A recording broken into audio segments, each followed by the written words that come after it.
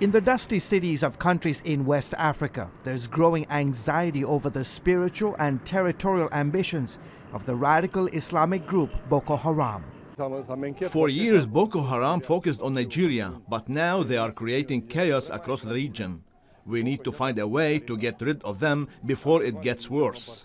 Boko Haram is trying to create what's called a caliphate across Western Africa, similar in fact to what the Islamic State in Syria is trying to do. And today the violence in Nigeria is spilling across its borders into Cameroon, Chad and Niger. Those four countries, plus Benin, have formed a regional military force.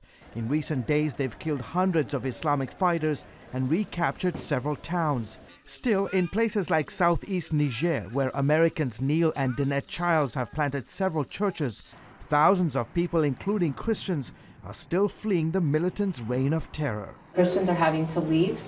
It's a serious situation. It's a serious situation. Right now, as we speak, there's people on the road headed west to get away from Boko Haram. Boko Haram started in 2002. Their goal? Turn Nigeria, Africa's top oil producer and biggest economy, into an Islamic state ruled by Sharia law. Boko Haram is a jihadist movement that has the same ideology as all other Salafi jihadists, as Al-Qaeda, as the Taliban, as Al-Shabaab. What they want to do is to establish an emirate, an Islamist radical state, first at the northern part of Nigeria, and then push to the south and declare an emirate across Nigeria. Since then, their fighters have killed thousands of people. In 2014 alone, Boko Haram reportedly murdered more than 2,400 Christians. These are ruthless people who don't have any respect for religion, Christian or Muslim. They kill indiscriminately. They're evil.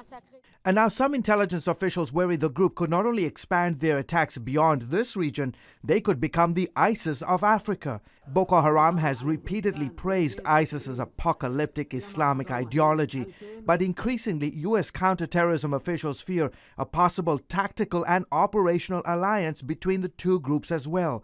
If that happens, it could give radical Islam an even bigger and growing foothold in both the Middle East and Africa. George Thomas, CBN News, Niger, West Africa.